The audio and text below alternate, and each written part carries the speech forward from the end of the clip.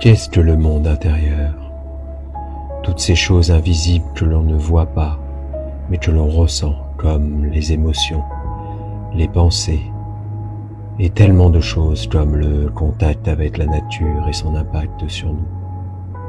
Partons à l'exploration de ce monde plus vaste qu'on ne le pense. Je m'appelle Haridas, professeur de yoga, sonothérapeute et olfatothérapeute, et j'aide les personnes à retrouver paix et harmonie. Et je vous souhaite la bienvenue sur le podcast Éveil et Sens.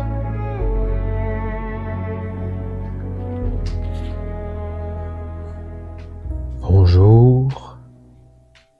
Pour cette deuxième partie de l'épisode 3, respirez, relâchez, reprenez. Nous allons ouvrir une nouvelle porte, celle du relâchement. Pourquoi est-ce si important? Je dirais même obligatoire, surtout dans une société aussi tendue. Ce sujet me rappelle l'épisode numéro 2, Nouveau départ, où je vais vous parler de vouloir tout contrôler ou être trop relâché. On va revenir cette fois à l'aspect du corps. On peut être relâché à l'idée de quelque chose, ou du moins avoir la sensation de, et pourtant, le corps nous indique tout autre chose.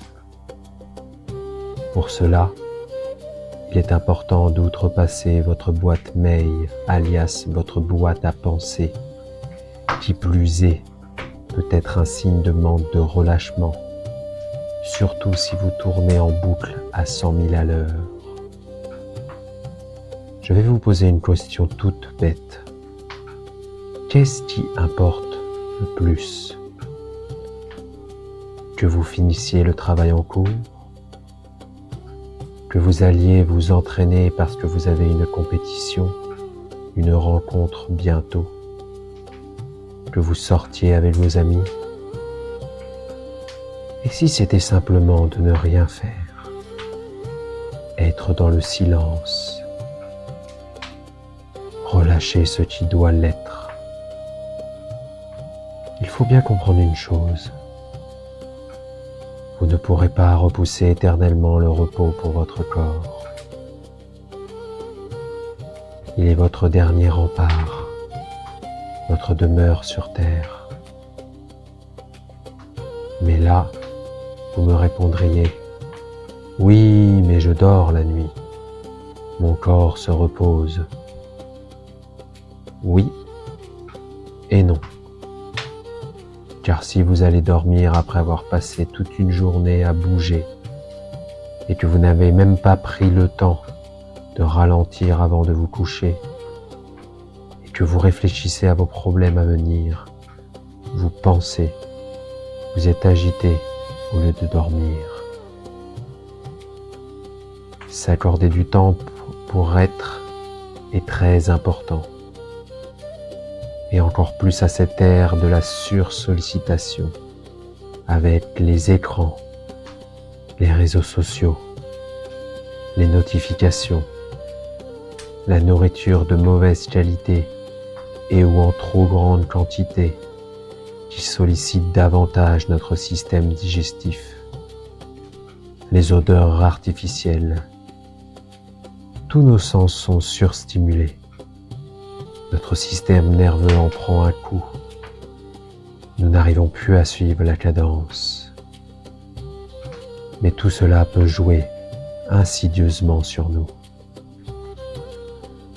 Mais vous savez, quand au début quelque chose vous dérange et finalement après un temps vous dites que vous vous êtes habitué et que ça ne vous dérange plus, en êtes-vous sûr? Demandez, observez les réactions de votre corps face à ces choses habituelles, sans danger. Vous savez quoi? En fait, le réel danger dans tout ça, c'est de s'oublier. c'est de continuer notre vie comme si de rien n'était. Ne plus faire attention au signal du corps, qui lui est meurtri par ses désagréments. Oh, mais vous pouvez le mettre en mode silencieux, en refusant de l'écouter, en ingérant de la chimie. Il reviendra à la charge à tout moment. Et plus vous le repousserez, plus les signaux seront forts, jusqu'à passer de simples symptômes à des choses plus graves. Vous ne comprenez pas ce que vous ressentez, mais avez-vous pris réellement le temps de vous poser et de vous demander ce que vous ressentez à ce moment? L'idée n'est pas d'avoir ou de trouver une solution à ce que vous ressentez, c'est d'être la solution. Pour cela, il va falloir relâcher, abandonner ce qui n'est plus, être vous-même. Et comme toute chose, relâcher s'apprend. Ça va vous demander du temps. Comme toute nouvelle compétence que vous voulez apprendre. Avec de la pratique, ce sera plus inné, ça deviendra plus évident. Mais ça n'empêchera pas les tensions, car nous serons toujours soumis à l'impermanence de ce monde. Le fait que toute chose n'est pas figée dans le temps. Relâcher fait partie du chemin. Il faut pouvoir intégrer tout ce que l'on vit à tout moment. Et cela demande parfois de ralentir ou de s'arrêter complètement dans ce que l'on fait pour retourner à cet état d'être. Quand je parle de relâcher, s'arrêter, il s'agit de mettre vraiment votre système en mode veille. Et ça peut ne pas être facile. Peut-être faites-vous partie de ces personnes qui, même lorsqu'elles vont faire une activité pour se détendre, comme un massage, du yoga, elles vont quand même être tendues une fois sur place.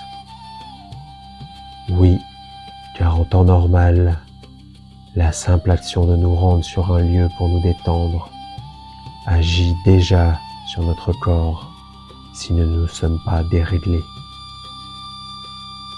Comme je le disais plus tôt, relâcher, ralentir, prendre du temps pour soi est un apprentissage. Ça demande du temps et de la répétition pour intégrer ça à son mode de vie. Et ne me ressortez pas encore une fois. Oui, mais je n'ai pas le temps. Quelles sont vos réelles priorités? Pas celles qui ont été conditionnées par votre mode de vie. Celle qui fait que vous êtes une personne rayonnante et pleine de joie. Car oui, c'est possible. Et pour tout le monde. Ça vous demandera peut-être plus d'efforts à certains qu'à d'autres. Plus d'efforts? Je n'en suis même pas sûr. Basé selon quels critères? Qui sait ce que toute personne a dû traverser le long de son chemin pour en arriver là aujourd'hui? La véritable difficulté n'est pas ce que l'on voit, mais la manière dont on perçoit nos difficultés, nos épreuves, tout le long de notre chemin. Et pour en revenir à la question du temps, oui, vous en avez. Et c'est une question de choix. Et plus vous vous sentirez mieux, relâché, plus vous aurez du temps. Et là, me diriez-vous, comment ça j'aurai plus de temps?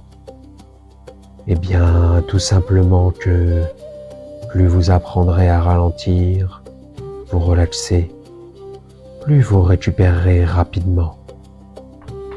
Votre sommeil se trouvera être de meilleure qualité, car car ce n'est pas la quantité de celui-ci, mais la qualité qui fait la différence dans votre énergie.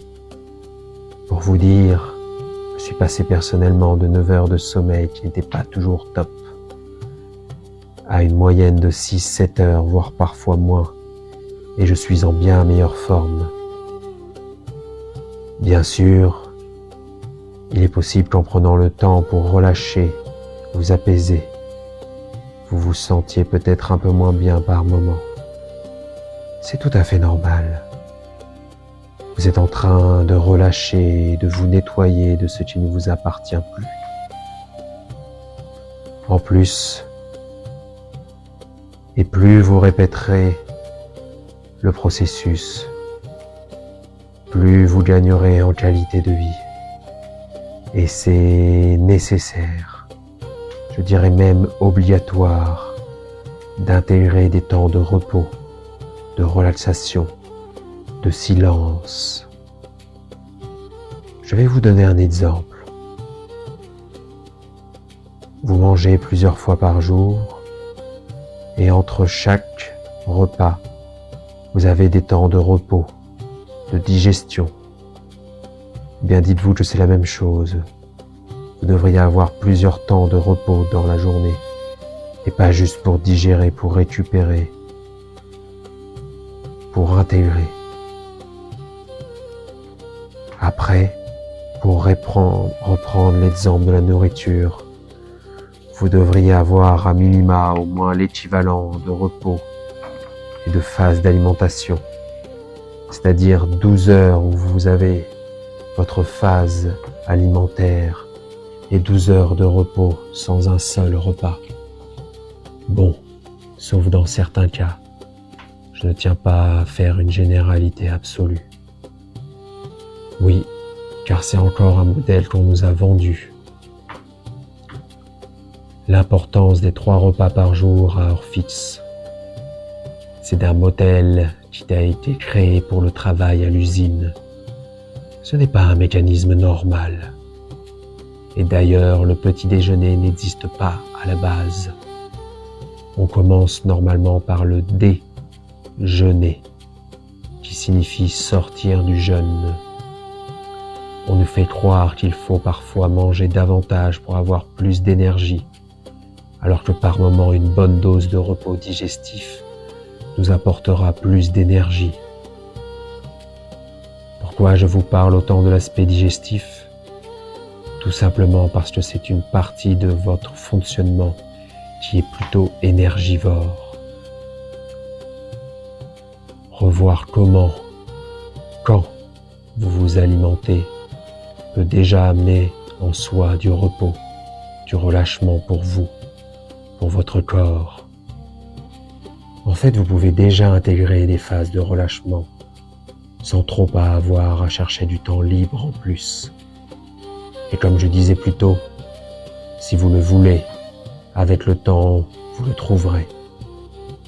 Donc vous pouvez déjà intégrer des choses au niveau de votre façon de vous alimenter. Mais restez toujours à l'écoute de vous-même. Ne faites pas les choses de but en blanc. D'ailleurs, à propos d'écoute, soyez toujours dans l'observation de comment vous êtes. Est-ce que vous ressentez certaines émotions, sensations corporelles qui peuvent déranger, être désagréables? Pour reprendre l'exemple de la nourriture, il est pire de manger de la nourriture saine dans un état de colère, peur, panique, que de manger de la malbouffe en étant joyeux. Bon, ce n'est pas pour autant qu'il faut manger de la malbouffe si vous êtes joyeux. Et puis de toute manière, celle-ci va jouer sur vos neurotransmetteurs, sur votre biologie, de telle sorte que la joie naturelle, à force, ne sera plus.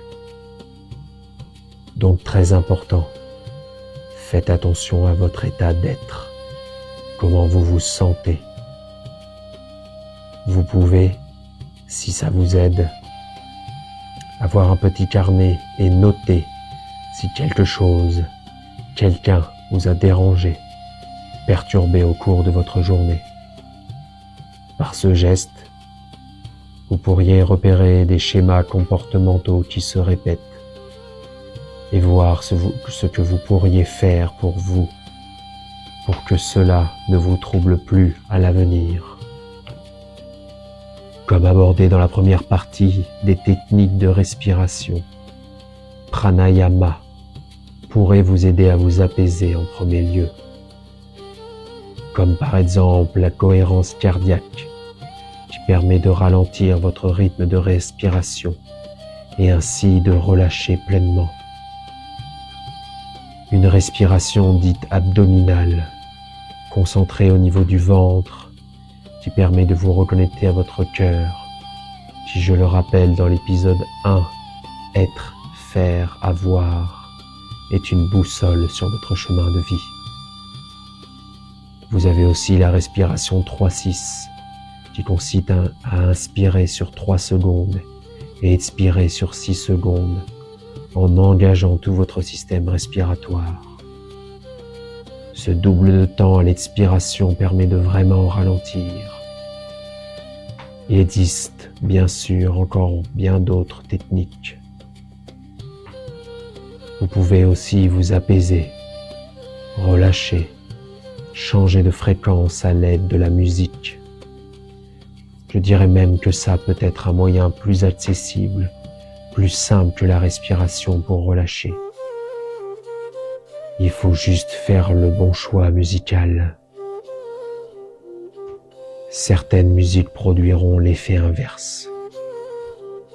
Regardez ne serait-ce que dans les magasins, les centres commerciaux, ou même restaurants. Écoutez attentivement la musique. Elle n'est pas forcément mise de manière anodine.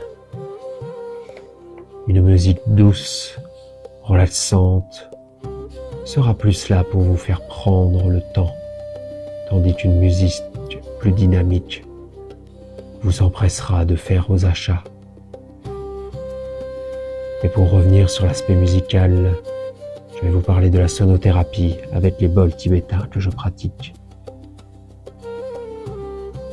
Ceux-ci sont comme l'effet d'un massage profond lors d'une séance. Les sonorités et les vibrations viennent apaiser, diminuer, soulager nos différents aspects, que ce soit émotionnel, mental, physique, nerveux. J'aime à dire qu'ils s'adaptent. Ils viennent relâcher ce qui en a le plus besoin chez nous à l'instant T. Après, ça n'a rien de magique. C'est un processus d'autorégulation, de transition, aidé par le biais des sons et des vibrations des bols tibétains. Mais vous pouvez déjà vous faire du bien. Vous relaxer ne serait-ce qu'en écoutant le canon de Pachelbel en 432 Hz. En fait, il existe plein de manières de vous relâcher. Le tout est de trouver là ou les techniques qui vous conviennent et d'y revenir régulièrement. Ceci est la fin de cette deuxième partie. La troisième et dernière partie de cet épisode sortira vendredi prochain. En attendant, prenez le temps de relâcher. Vivez pleinement. C'était Haridas et je vous dis à bientôt.